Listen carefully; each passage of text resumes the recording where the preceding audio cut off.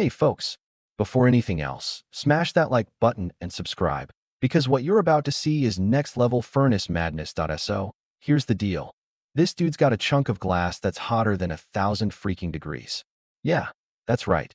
Glass that could probably burn a hole in your jeans. But melting that sucker? Took him a solid 2 months of building a furnace tough enough to handle it. Step 1. Get rid of the old junk. No room for secondhand crap here. Then, on the ground, he sketches out the blueprint for his new furnace, an igloo-style beast inspired by how the Romans used to melt and blow glass. Only, of course, with a few modern tweaks because, well, we're not in ancient Rome. He digs a hole about 80 centimeters deep. That's almost a meter, because the burning chamber is going underground. Gotta keep things hot and cozy down there. Then comes the stone base, stacked up like a fortress foundation, using rocks from the very ground he dug up. And the magic ingredient? Kaolin clay. This stuff is no joke. It makes the furnace mix super flexible and insanely resistant to heat. When fired, it turns into mullite, which sounds fancy, but basically means it can survive hellfire. The furnace base needs to be the deepest spot, loaded with stones, then covered with a thick, protective layer of this special clay mixture.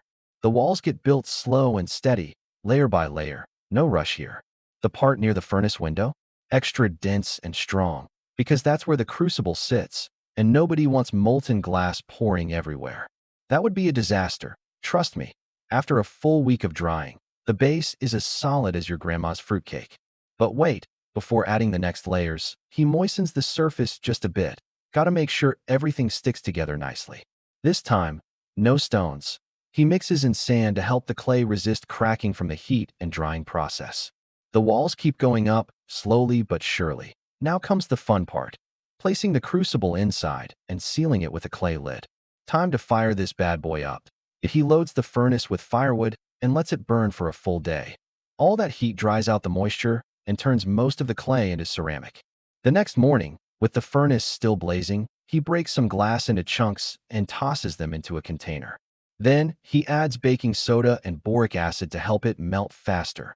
Chemistry to the rescue. Blowing glass isn't for the faint of heart. It requires super high temperatures and days of constant firing.